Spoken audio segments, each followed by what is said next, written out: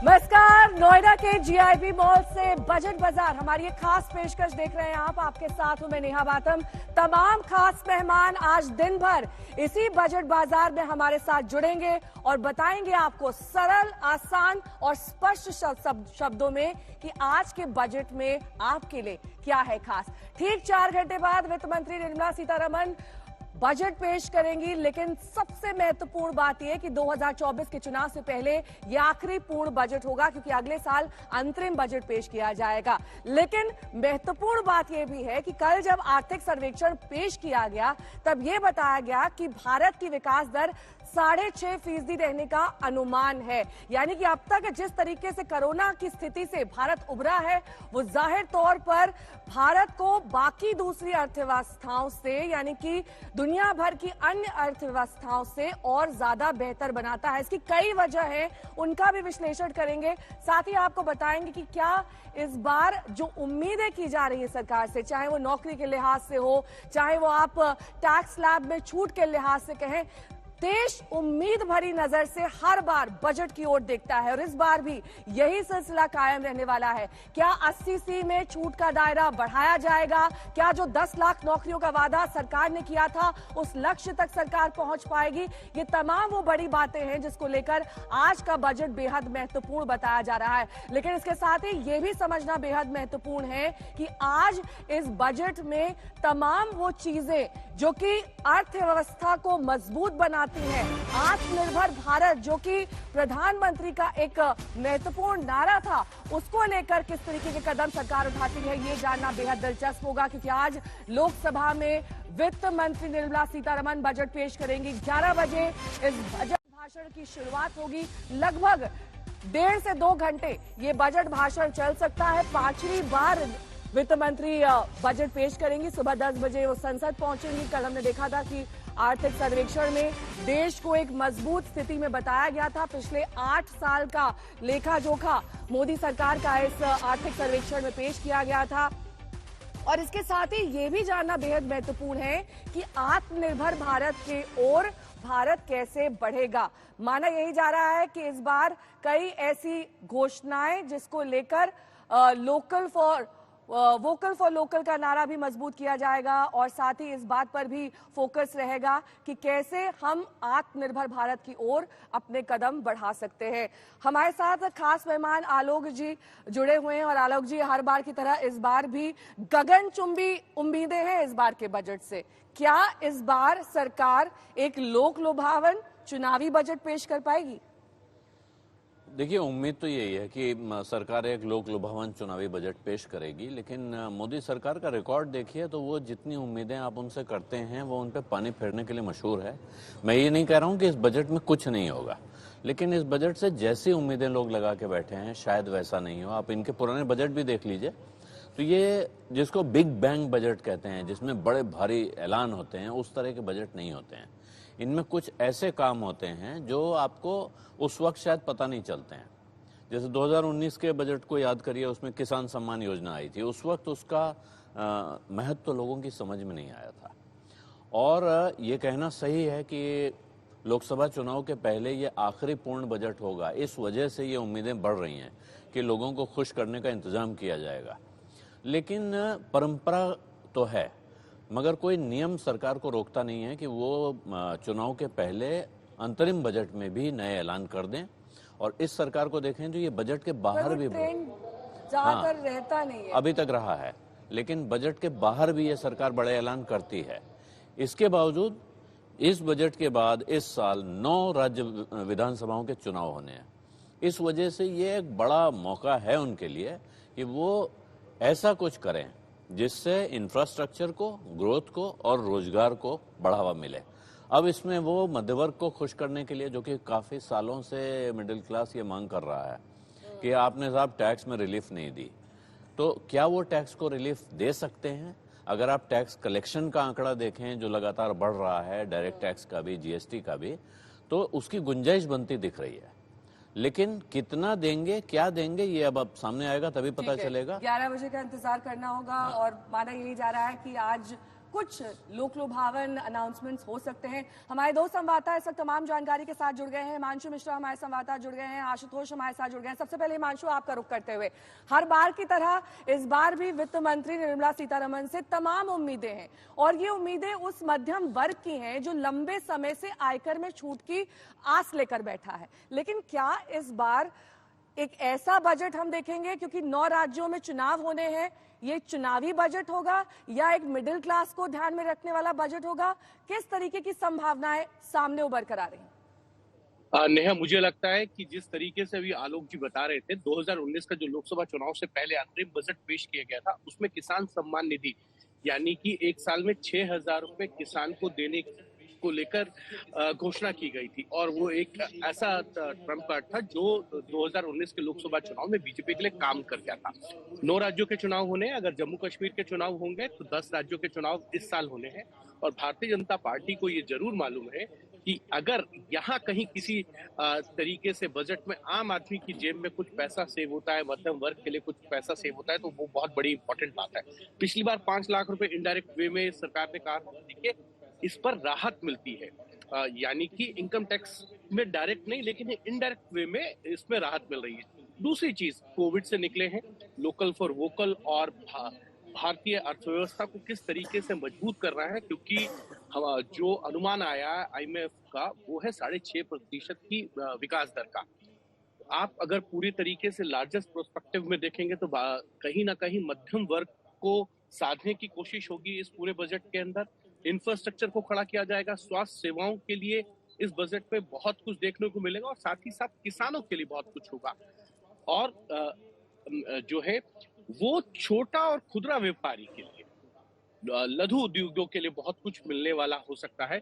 जो हमारी जानकारी है उसके अनुसार हेल्थ सेक्टर के लिए, इंफ्रास्ट्रक्चर्स के लिए, साथ ही साथ मध्यम वर्ग के लिए और जो लघु उद्योग हैं यानी कि स्मॉल स्केल इंडस्ट्रीज है, उसको बहुत कुछ मिल सकता है, क्योंकि आत्मनिर्भर भारत, लोकल फॉर वोकल, ये जो है ये कहीं ना कहीं जो है वो MSME सेक्टर से है, तो इसको लेकर कहीं ना कहीं बजट को बनाया जा रहा है। दूसरी चीज जो मुझे लगता है, क्योंकि चुनावी वर्ष है तो अब देखना यह है कि जो भारत सरकार की लोग गरीब कल्याण योजनाएं हैं उनको किस तरीके से बढ़ाया जाता है। कल अगर आपने पूरे राष्ट्रपति भाषण को हम सबने सुना तो उसमें ये कहा गया था जो प्रधानमंत्री अन्न योजना है, जो कोविड काल में 80 करोड़ लोगों को अन्न देने की बात है, अनाज देने की बात है, उसको जारी रखा जा सकता है। एक चीज नेहा ये समझना होगा, ये जो योजना है ना वो कोई भी सरकार आ जाए, अब मुझे नहीं लगता कि बंद करने का फैसला बहुत आसानी से ले पाएगी, क्योंकि अगर यहाँ कुछ इस तरीके के फैसले होते हैं कि नहीं दिया जाए, उसको बढ़ाया जा सकता है, कम नहीं किया जा सकता। तो इस तरीके से गरीब कल्याण योजनाएं जो सरकार की चल रही है, चाहे वो प्रधानमंत्री आवास योजना हो, उज्ज्वला स्कीम्स हो या अन्य योजना हो, हर घर जल है, हर घर बिजली है, इन सब सेक्टर्स के लिए कितना और बजट को बढ़ाया जा सकता है, क्योंकि आम आदमी को डायरेक्ट ना हो लेकिन इनडायरेक्ट वे में फैसला फायदा हो, ये सरकार की मंशा है और उसी को लेकर मुझे लगता है ये पूरी बजट की रूपरेखा है। इसको आप अब ये मत कहिए कि इस मोदी सरकार 2 का ये अंतिम बजट है। अंतरिम बजट में भी कोई ऐसा प्रावधान नहीं है कि आप किसी भी तरीके की कोई घोषणा नहीं कर सकते, और इस परंपरा को अगर 2019 के अंदर तोड़ा गया था तो किसान सम्मान निधि की घोषणा करके तोड़ा गया था कि हर साल यही बात आलोक जी भी कह रहे थे। आशुतोष मेरे सहयोगी जुड़े हुए हैं तमाम जानकारी के साथ। आशुतोष, देखिए 11 बजे बजट भाषण की शुरुआत होगी। वित्त मंत्री 5वीं बार बजट पेश करने जा रही हैं। एक लंबी चौड़ी फहरिस्त है। इस बार भी लोगों की उम्मीदें काफी ज्यादा हैं इस बजट को लेकर, लेकिन आम जनता जो इस वक्त पेट्रोल और डीजल की मार से जूझ रही है और बड़ी चुनौती इस वक्त सरकार के लिए महंगाई दर को काबू में रखना भी है, और ये बात साफ तौर पर आर्थिक सर्वेक्षण में सामने भी आई है कि लगातार प्रयासों के बावजूद भी ये महंगाई दर नियंत्रण में नहीं आ पा रही। दरअसल नेहा, यही चिंता पूंजीपतियों की भी है, कॉर्पोरेट्स की भी है कि अगर आप महंगाई को कंट्रोल में नहीं लाते हैं तो कहीं न कहीं जो पर्सनल एक्सपेंडिचर है, जो कि ये सर्वे दिखाता है कि पर्सनल एक्सपेंडिचर बढ़ा, और अगर ये बढ़ता है तो इसका मतलब लोगों की जेब में पैसा धीरे धीरे आना शुरू हुआ है, लोग खर्च कर रहे हैं, खर्च करने की ताकत बढ़ रही है। लेकिन अगर महंगाई काबू में नहीं होती है तो जाहिर है उस पर असर पड़ेगा, और अगर वो पूरा सिस्टम आप समझती है कि पूरी वो अर्थव्यवस्था धराशायी हो जाएगी। तो हो सकता है कि शायद इसको कंट्रोल में करने के लिए वित्त मंत्री कोई बड़ा ऐलान कर दें। हाल ही में हरदीप पुरी का एक बयान आया था कि अगर तेल कंपनियों ने अपना घाटा पूरा कर लिया हो तो उनको सोचना चाहिए कि क्या कीमतों में राहत दी जा सकती है। और अगर ये बयान उनकी ओर से आता है तो हम ये जरूर कयास लगा सकते हैं कि बजट में भी जो पेट्रोलियम प्रोडक्ट्स हैं उनके ऊपर एक राहत मिल जाए। लेकिन सबसे बड़ी जो बात होगी वो आपको मेरे जैसे मध्यम वर्गीय जो तनख्वाह वाली क्लास के लोग हैं, जिनकी हर बार उम्मीद होती है कि थोड़ी तो राहत दीजिए वित्त मंत्री साहब, थोड़ी राहत मिलेगी, हमारी जेब में पैसा आएगा, हम घर में थोड़ी रखेंगे, हम भी खर्च करेंगे, हमारे खर्च करने की भी ताकत बढ़ेगी। तो ऐसे लाखों जो मध्यम वर्गीय लोग हैं, जो नौकरी पेशा वर्ग है, उसकी उम्मीदें इस पर है कि क्या कम से कम जो पहला टैक्स का स्लैब है उसको अगर कम किया जाता, वहां पर कुछ राहत मिलेगी तो थोड़ी सी बचत बढ़ेगी। इसके साथ साथ बचत योजनाएं हैं, उस पर क्या इंटरेस्ट रेट बढ़ाया जाएगा पीपीएफ को लेकर के। तो कुल मिलाकर के दरअसल सब कुछ ऐसी नजर पे है कि चुनावी राज्य, मान लीजिए जो 4 राज्य हैं, ये चारों ग्रामीण बहुल राज्य है, वहां पर आपने लघु उद्योग के लिए कुछ दे दिया, वहां पर ग्रामीण आबादी के लिए दे दिया, लेकिन जो इनकम टैक्स पेयर है, जो सीधे प्रत्यक्ष कर देता है, उसके लिए क्या कोई राहत मिलती है? और अगर उसको मिलती है तो छोटे शहरों को, ग्रामीण आबादी को क्या फायदा मिलता है? लोगों की जेब में पैसा आएगा, लोग खर्च करेंगे, पूरी अर्थव्यवस्था बूम करेगी। इसीलिए उम्मीद है कि आज जब निर्मला सीतारमण अपना 5वां और खासकर इस सरकार का आखिरी पूर्ण बजट पेश करेंगी तो क्या क्या राहत हमें मिल सकती है। नेहा,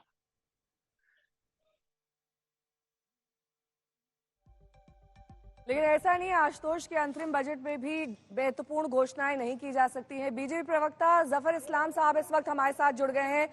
और जफर जी, हमेशा की तरह इस बार भी गगनचुंबी घोषणाएं होंगी या फिर एक तरीके से यहाँ पर सामंजस्य बैठाने की कोशिश की जाएगी कि कैसे आपकी सरकार देखो जानबूझ के चेन खोल गया पूरी, उसका जो घाटा है ना, पाटने की कोशिश करेगा या फिर मध्यम वर्ग की जेब में कुछ रुपए डालने की कोशिश करेगा ये इनकम टैक्स में राहत के तौर पर। देखिए नेहा जी, बजट का जो मकसद होता है देश की अर्थव्यवस्था को ठीक करना और उसमें तेजी गति लाना और देश की जनता को और मजबूत करना, ये सब चीज़ को ध्यान रखते हुए मुझे लगता है कि जो सवाल आपने पूछा मध्यम वर्ग के लोगों के लिए, मिडिल क्लास हो, लोअर मिडिल क्लास हो, marginal section of the society हो, सभी के लिए कुछ ना कुछ ज़रूर होगा। लेकिन 2 अहम बातें हैं जो आपने कहा, खर्चा कम करने की या जो पैसे बचाने की, कर्जा कम करने की, तो हमारे सरकार की कोशिश रहती है और बराबर से रहता है कि फिस्कल कंसोलिडेशन होना चाहिए। फिस्कल कंसोलिडेशन होगा, कम से कम 50-60 बेसिस पॉइंट, पिछले बार 6.4 था, इस बार मुझे लगता है टारगेट 5.8, 5.9 की तरह होना चाहिए। उसके अलावा जो गांव देहात, जो ग्रामीण इलाके हैं, उसमें बड़ी इन्वेस्टमेंट होने की संभावना है। इसलिए कि आज जो फोकस होना चाहिए बजट का, मुझे ऐसा लगता है कि उसमें गांव ग्रामीण इलाका ज़्यादा होना चाहिए। उसके अलावा जो है कैपिटल एक्सपेंडिचर जो है वो बड़ा होगा, जिससे कि देश की अर्थव्यवस्था खाई कम कैसे होगी जफर इस्लाम साहब? ये आप कौन से एक्सपेंडिचर गिना रहे हैं कि यहाँ एक्सपेंडिचर होगा, वहाँ एक्सपेंडिचर होगा, इनकम कहाँ से आएगी? फिर एक बार आप मिडिल क्लास के से ही इनकम लेंगे सारी, या फिर उनके ऊपर ही सारा भार डालेंगे इनकम टैक्स के तौर पर, मुझे लगता या फिर जीएसटी बढ़ाएंगे, या फिर जो भी तमाम अन्य दूसरे 2 तरह से होता है। देखिए 2 तरह से हो सकता है। एक तो पॉलिसी मेजर से जो पूरे समाज के लोगों को, वर्ग को, उस वर्ग के बारे में जो आप कह रहे हैं मध्यम वर्ग के लोगों को फायदा हो सकता है। दूसरी बात जो है, जो आपने कहा सैलरीड क्लास को, सैलरीड क्लास जो है 7 करोड़ लोग जो रिटर्न फाइल करते हैं, उसमें सिर्फ मात्र 140 करोड़ में की आबादी में सिर्फ 1.5 करोड़ लोग जो है इनकम टैक्स देते हैं। उन 1.5 करोड़ लोगों में जो नीचे वर्ग, जो बहुत कम जिनकी तनख्वाह है, शायद मुझे ऐसा लगता है और मैं उम्मीद करता हूं कि उनको जरूर कुछ ना कुछ इस बार टैक्स में रिलीफ मिलने की संभावना है। लेकिन पॉलिसी मेजर जब लेते हैं किसी इसके लिए, तो उसमें सिर्फ सैलरीड क्लास नहीं बल्कि पूरी उस वर्ग के पूरे लोग जो है उसमें संपूर्ण तरीके से जो है उनको लाभ होता है। इसलिए मुझे लगता है कि सबके लिए कुछ न कुछ इस बजट में होगा, और खास के मध्यम वर्ग के लिए, मिडिल क्लास के लिए, जो लोअर मिडिल क्लास और जो मार्जिनल क्लास के लिए बहुत ज्यादा होगा। इसलिए कि बजट का एक लक्ष्य होता है कि जो गरीब आदमी है, जो खास कर गरीब, जो जिसको लोग कहते हैं आम आदमी, हमारे लिए वो खास आदमी होता है, हम उसको खास आदमी मानते हैं, हमारी सरकार की नजरों में वो खास आदमी है, इसलिए कि हम उनकी ज्यादा चिंता करते हैं। और इसी तरह से दिखेगा इस बार की। आपको लगता है पिछले 8 साल में आम आदमी का ख्याल रखा गया है सरकार द्वारा? नहीं, देखिए आम आदमी खास आदमी है, तभी तो आज 40 रुपए किलो आटा बिक रहा है और बिल्कुल दूध, दही, छाछ, बटर सब पे जीएसटी लगा दिया। और इससे ज्यादा क्या ख्याल रखवाना चाहते हैं आप सरकार से? मतलब किस चीज पर और टैक्स चाहते हैं आप? ढूंढ रहे हैं तो दूरबीन लगा के कि गरीब आदमी के कौन से आइटम पे और टैक्स लगा दिया जाए। आज आप पूछना चाहते हैं कि 2.5 लाख से टैक्स लिमिट बढ़ेगी कि नहीं बढ़ेगी, तो आज कोई स्पष्ट जवाब नहीं है। मोदी जी की पहली चाय पे चर्चा, क्योंकि मेरे हाथ में ये इंडिया टुडे की चाय का ही कप था, तो चाय पे चर्चा हुई तो मोदी साहब ने कहा कि जब भी मेरी सरकार आएगी भाइयों बहनों मित्रों, सबसे पहले जो सैलरीड क्लास है, क्योंकि उसके यहाँ तो कैंची चल जाती है टैक्स के ऊपर, सबसे पहले जो टैक्स की बचत होगी वो उनको हम वापस देंगे। और अरुण जेटली साहब का मुझे भाषण याद आता है 2012 का संसद में दिया हुआ कि 2.5 लाख नहीं 7 लाख होनी चाहिए, लेकिन 2.5 लाख से लेकर वो 260 नहीं हुई है। मिडिल क्लास और गरीब आदमी मर रहा है। जो सर्दियों में सब्जियां 10 रुपए किलो 12 रुपए किलो होती थी वो 30 और 35 और 40 रुपए किलो बिक रही है। हरा साग और गाजर और मटर जैसी सब्जियां, महंगाई कहां पर है? क्योंकि बीजेपी को तो एहसास ही नहीं है ना, वो तो अपने बिल्कुल विजय रथ पर भागते चले जा रहे हैं। एमएलए जीतते हैं, जीतते नहीं है तो खरीद लेते हैं, नोटबंदी करते हैं, मतलब बिल्कुल तानाशाही तरीके से इन्होंने जिस तरह से अर्थव्यवस्था का सत्यानाश किया है। पिछले साल का जो इकोनॉमिक सर्वे के इंडिकेटर्स आए हैं वो बता रहे हैं कि मनरेगा में लगातार रजिस्ट्रेशन बहुत अच्छा दिख रहा नहीं, है। सर्वे में तो ये कहा गया कि भारत ने जिस तरीके से कोरोना के बाद से रिकवरी की है उस तरीके से दुनिया भर की किसी अर्थव्यवस्था ने नहीं की है, और हम जल्द 6.5% की ग्रोथ दर अचीव कर लेंगे। इसके अलावा और कई ऐसे पॉइंट्स हैं जिसको लेकर सरकार ने अपनी पीठ थपथपाई। देखिए 8.5% से लेकर घटते घटते 6.1 पर आ गया है, और 6.1 भी अगर जिस तरह से लास्ट ईयर वर्ल्ड बैंक और IMF ने 3 बार उन आंकड़ों को गिराया है, अगर गिरता है तो क्या होगा? एक तरफ लगातार जीडीपी ग्रोथ रेट घट रही है, एक तरफ इन्फ्लेशन लगातार घट रहा है, फॉरेक्स घट रहा है, कैपिटल इन्वेस्टमेंट घट रहा है, और कह रहे हैं साहब इकोनॉमी बल्ले बल्ले है। इन्फ्लेशन दर इस वक्त सरकार के लिए एक बड़ी चुनौती है, क्योंकि एक ऐसा प्राइस इंडिकेटर होता है जो सीधे तौर पर चीजों के दाम बढ़ने या गिरने से इंडिकेट नहीं होता है, तुरंत रिफ्लेक्ट नहीं होता है। लेकिन कल के आर्थिक सर्वेक्षण में सामने आया कि हाँ, इसको काबू में करना इस वक्त सबसे बड़ी चुनौती है आपकी सरकार के लिए। देखिए जाहिर है पूरी दुनिया जो है इन्फ्लेशन से, महंगाई से जूझ रही है, और उसकी वजह जो है वो बहुत सारी है, लेकिन खासकर जो वजह है कोविड के बाद जो सप्लाई डिसरप्शन हुआ यूक्रेन वार में, उसमें जो है सप्लाई चेन डिसरप्शन की वजह से बहुत सारे इनपुट कॉस्ट बढ़ गए, उसके वजह से इन्फ्लेशन में थोड़ी बढ़ गया इन्फ्लेशन पूरी दुनिया में। लेकिन अगर पूरी दुनिया के परिप्रेक्ष्य में देखें और भारत को देखें तो भारत में फिर भी बहुत अच्छी हालत में है, और उसका जो डायरेक्शन है आगे के लिए भी वो भी ऐसा वेरी पॉजिटिव इंडिकेटर है कि अच्छी तरह से। अच्छी हालत का क्या पैमाना है? नहीं, अच्छी हालत देखिए हमने कहा है कि 4% ±2%, हम आज उसके नजदीक हैं जो +2 के, और आगे आने वाले दिनों में जो डायरेक्शन है कि हम जाहिर है सब 4 होंगे। लेकिन अगर पिछले 8-8.5 साल में जो हमारी सरकार थी और इनकी जब सरकार थी कांग्रेस यूपीए की सरकार, तो उनका वेटेड एवरेज निकाल लीजिए। वेटेड एवरेज जो है पूरे समय में ड्यूरेशन में हमारा क्या जो है महंगाई दर था, और इनका हमने कोरोना जैसे 2 साल की कठिनाई देखा, हमने यूक्रेन वार जैसा चीजें देखी, उसके बावजूद अगर आप देखिएगा तो सब 5% से भी नीचे जो है हमारा जो है वेटेड एवरेज जो है इन्फ्लेशन दर है। और उसके बावजूद मैं कहना चाहता हूं इस महंगाई के साथ हम जूझेंगे, और अच्छे से जूझ रहे हैं, और इसके आराम से हम इसको नीचे लाने में कामयाब हो रहे हैं। एक देश की जनता को मैं आश्वासन देना चाहता हूं कि देखिए अमेरिका जैसी कंट्री में, ब्रिटेन जैसी कंट्री में जो 10% 12% जो है डबल डिजिट में इन्फ्लेशन दुनिया के कई कोने में हो रहा है, लेकिन भारत आपका देश जो तेजी से रफ्तार से बढ़ भी रहा है, कंपैरिजन का पैमाना अब अमेरिका और ब्रिटेन तक पहुंच गया है, ये अच्छी बात है। क्या मिडिल क्लास को इस बार कुछ मिल पाएगा बजट से या फिर नहीं? तमाम उम्मीद भरी नजरें अलग अलग वर्ग की वित्त मंत्री निर्मला सीतारमण से जुड़ी हुई हैं, क्योंकि 11 बजे उनका भाषण शुरू हो जाएगा। लेकिन कल जो आर्थिक सर्वेक्षण पेश किया गया उसमें IMF द्वारा भी ये कहा गया है कि भारत सबसे तेजी से बढ़ती हुई मजबूत अर्थव्यवस्था है। और इसी के साथ सभी खास मेहमानों का परिचय आपसे करवा देते हैं। बीजेपी के स्पोक्स पर्सन सैयद जफर इस्लाम जी हमारे साथ जुड़ गए हैं, कांग्रेस के प्रवक्ता आलोक शर्मा जी हमारे साथ हैं, सीनियर जर्नलिस्ट आलोक जोशी जी हमारे साथ हैं, और टैक्स एक्सपर्ट विनोद जैन जी भी हमारे साथ जुड़ गए हैं। लेकिन सबसे पहले विनोद जी आपको मैं चर्चा में शामिल करना चाहूंगी, क्योंकि ये कहा जा रहा है कि 80C के तहत जो टैक्स छूट है उसका दायरा, उसकी सीमा को बढ़ाया जा सकता है इस बार के बजट में, और हर बार ये उम्मीद की जा रही थी, लेकिन कहीं ना कहीं निराशा और मायूसी। देखिए मुझे ऐसा लगता है कि सरकार शायद 80C में बहुत ज़्यादा रिलीफ नहीं देने वाली है, बिकॉज सरकार का जिस हिसाब से ये रुख है कि सरकार को कम से कम बोरोइंग करनी है, बिकॉज हम लोग जो भी इन्वेस्ट करते हैं वो सरकार के लिए एक बोरोइंग है और सरकार के ऊपर एक बोझ जो ब्याज का बढ़ता जा रहा है। लेकिन क्योंकि डायरेक्ट टैक्स का कलेक्शन खुद ही बहुत तेजी से बढ़ा है, हम देख रहे हैं कि अगर जीडीपी बढ़ी है 5-6% तो टैक्स का कलेक्शन 15% के आसपास बढ़ा है। तो इसको देखते हुए हमें काफ़ी उम्मीद है कि भारत सरकार जो है डायरेक्ट टैक्स के मैक्सिमम मार्जिनल रेट में भी और लोअर स्लैब्स में भी सब जगह रिलीफ दे सकती है। और वैसे भी हम देख रहे हैं कि बजट के ऊपर 12 दिन पूरा प्रचार बीजेपी करने वाली है, तो हमें काफ़ी उम्मीद है कि इस बार जो टैक्सेशन की कॉम्प्लेक्सिटी भी कम होगी। आम आदमी के लिए जो टैक्स की रिटर्न्स हैं उसमें भी मेरे ख्याल से इतनी कॉम्प्लेक्स हो गया है कि उसमें डिटेल भरते भरते आदमी को एक रिटर्न भरने में कम से कम आधा 1 घंटा लगता है, जो एक्सपर्ट आदमी है। आम आदमी तो कई दिन लगा देते हैं टैक्स रिटर्न भरने में। तो आई थिंक उस तरफ सरकार को देखना होगा कि टैक्स रिटर्न कम से कम ली जाए, क्योंकि कंप्लायंस बढ़ा है। देखिए हम देख रहे हैं कि टैक्स एसएससी कम से कम 3 गुना हो गए पिछले बीजेपी के कार्यकाल में। तो जब टैक्स एसएससी इतना बढ़ गए हैं तो नेचुरली सरकार का कर्तव्य है कि टैक्स के रेट को भी घटाए और स्लैब्स को भी करे। 5 लाख तक आज की डेट में आप देख रहे हैं कोई भी टैक्स नहीं है। लेकिन आप अगर देखें कि स्लैब वहीं 2.5 लाख पर अटका है। जैसा आलोक जी ने सही कहा कि स्लैब को 2.5 लाख पर अटकाने की शायद जरूरत नहीं है। शायद ये मिनिमम स्लैब अभी तक 5 लाख पहुंच जाना चाहिए था।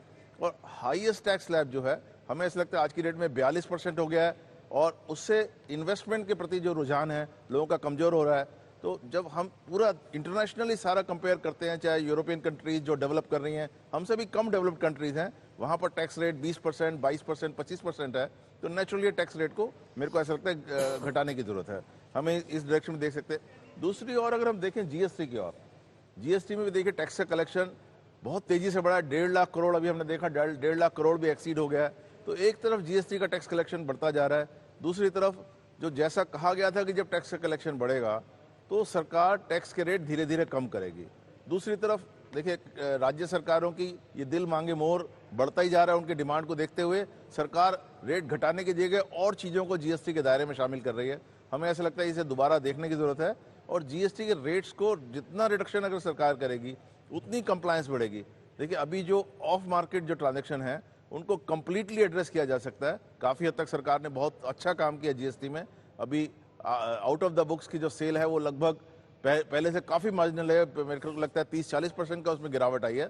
उसे और गिराया जा सकता है अगर टैक्स रेट रीजनेबल हो जाए। तो हमें ऐसा लगता है कि जीएसटी के रेट की तरफ सरकार को देखना चाहिए और 18 से गिरा के 12 लाना चाहिए। मैं चर्चा में शामिल करना चाहूंगी। जोशी जी, ये देखिए एक बड़ा ही विशेष सर्कल होता है, क्योंकि अगर आप अपना कैपिटल एक्सपेंडिचर बढ़ाते हैं, इंफ्रास्ट्रक्चर पर अपना एक्सपेंडिचर बढ़ाते हैं, तो जाहिर तौर पर आपका जो डेफिसिट होता है वो बढ़ता जाता है। किस तरीके से इस खाई को पाटा जाएगा? क्या ये एक बड़ी चुनौती है सरकार के लिए? और इस बार के बजट में क्या इसको, जिस तरह की बात विनोद जी कह रहे थे, जीएसटी का दायरा बढ़ाया जा सकता है क्या? और गुड्स को इसमें शामिल किया जाएगा?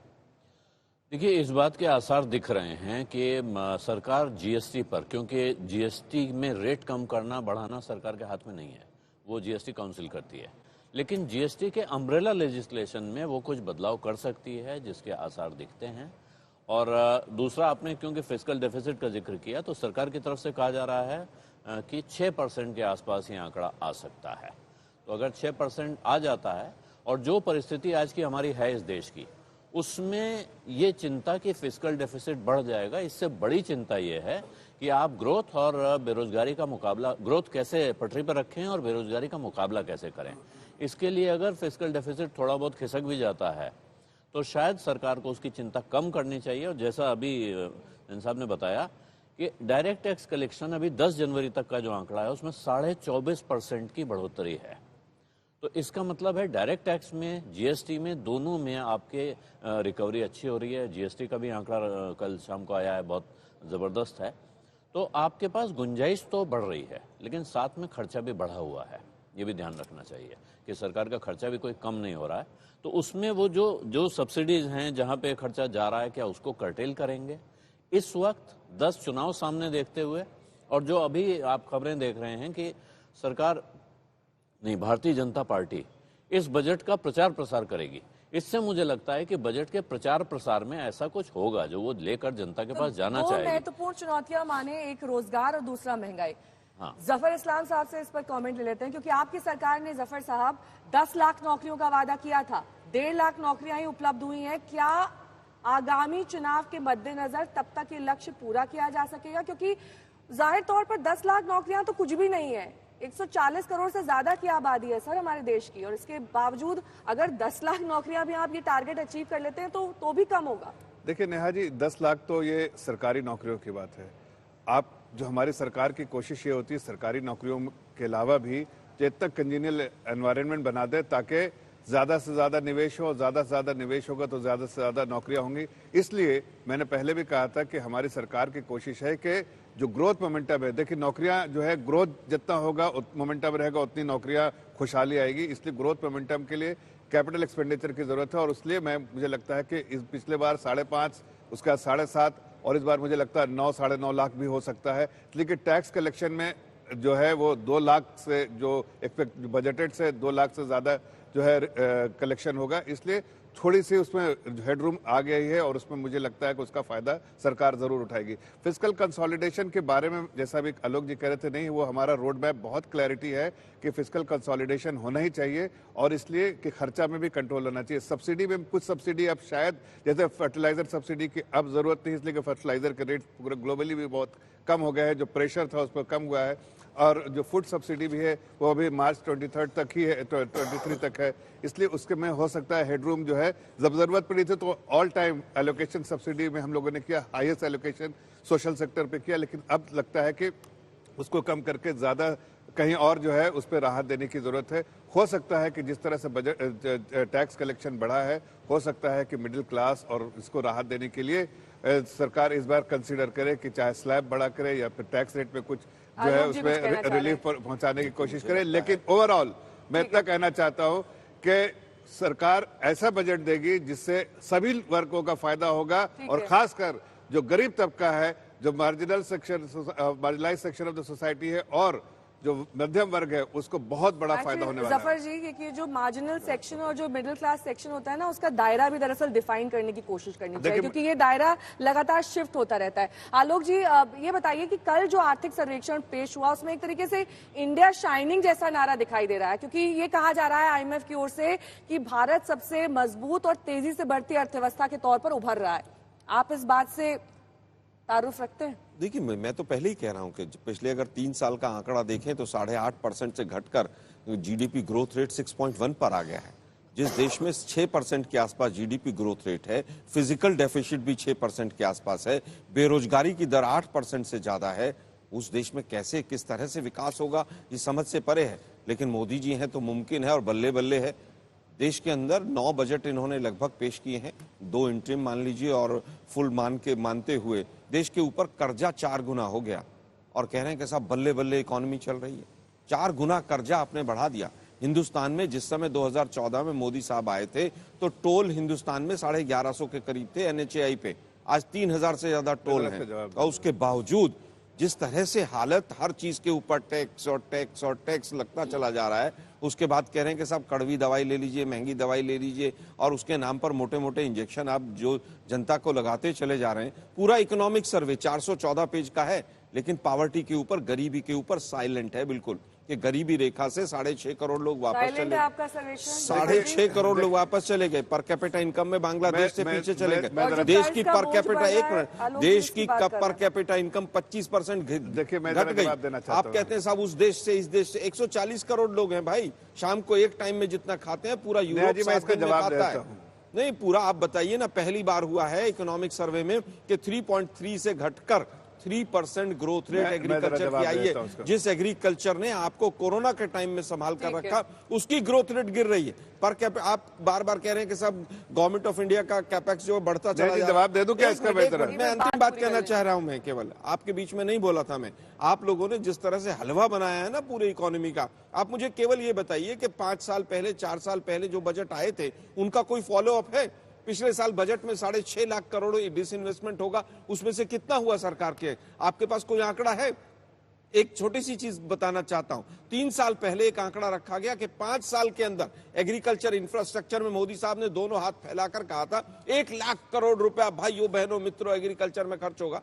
पिछले 3 साल में 13,000 करोड़ रुपया मात्र खर्च हुआ है।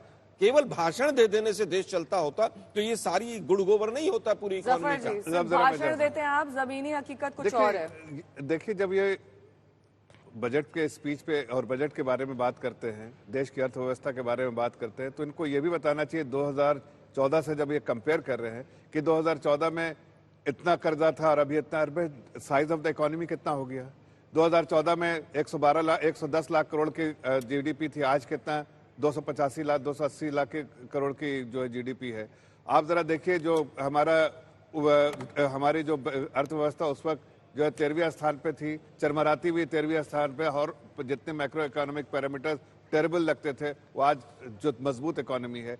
आप कहते हैं 1150 जो है इस वक्त टोल बूथ से, आज क्या आपके समय में सड़क बनी तो आपने टोल बूथ लगा, और हम क्या वहां पर कुछ और लगाएंगे? टोल जो जितनी सड़कें बन रही है देश में, सड़कें बन, 1 मिनट जरा सुन लीजिए, सड़कें बन रही है और सड़कों का फायदा किसको हो रहा है? मिडिल क्लास को ही हो रहा है। नहीं, एक टोल ही भरता अरे रहेगा। सुनिए एक मिनट, आज किलोमीटर का रेट था एनएचएआई का, आप खुद देखिए, आज 33,000 किलोमीटर, 33,000 एक करोड़ दूसरे के रुपए बीच में मत बोलिए ना सर। मैंने आपके बीच ना आपकी आवाज पहुंचेगी ना उनकी मैं पहुंचेगी। कह रहा हूँ कि देखिए सड़कों का जाल बिछाया हमने क्यों?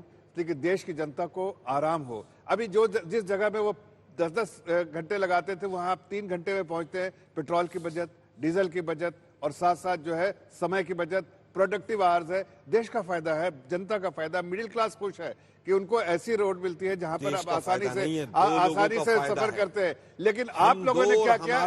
आप लोगों ने गड्ढा छोड़ा था, उस गड्ढा को भरने का काम किया है। अर्थव्यवस्था में भी देश की जनता के प्रॉपर्टियों में भी और सबको होता चला जा रहा है, कोशिश किया है। लेकिन आपका जो गब्बर सिंह टैक्स था उसने गरीब आदमी को मार दिया पूरी तरह से। और उसका नतीजा यह है कि एक छोटी सी रिपोर्ट अमेरिका की आई और रानी ने 5 लाख करोड़ गरीब आदमियों को उड़ा दिए। एलआईसी और एसबीआई के शेयर कहां है? रुक नहीं रहे वो। सुनिए, ये प्राइवेट पिछले एक साल में 3 के बारे में ईएमआई बढ़ी है। तो डेट टू जीडीपी क्या आप पिछले 10 साल करे, 15 साल का डेट टू जीडीपी। बहस पर लौटेंगे सर, एक सेकंड, छोटे से ब्रेक के लिए रुकना होगा। मैं सिर्फ इतना कह रहा हूँ, डेट टू जीडीपी क्या रहा है पिछले 15 साल का? उठा के देखिए, परसेंटेज में बताइए। इसलिए इस तरह की बातें जो आप करते हैं उसमें सच्चाई नहीं है। लेकिन लोगों को अगर गुमराह करना चाहते हैं तो अब देश की जनता गुमराह नहीं होने वाली है, इसलिए कि देश की जनता को पता है कि अर्थव्यवस्था सही पटरी पे और तेजी से दौड़ रही है। दुनिया की बजट में कुछ आएगा तब एडवर्टाइजमेंट होगा ना। जो भी प्लान कर लिया है कि नहीं आए, ठीक है।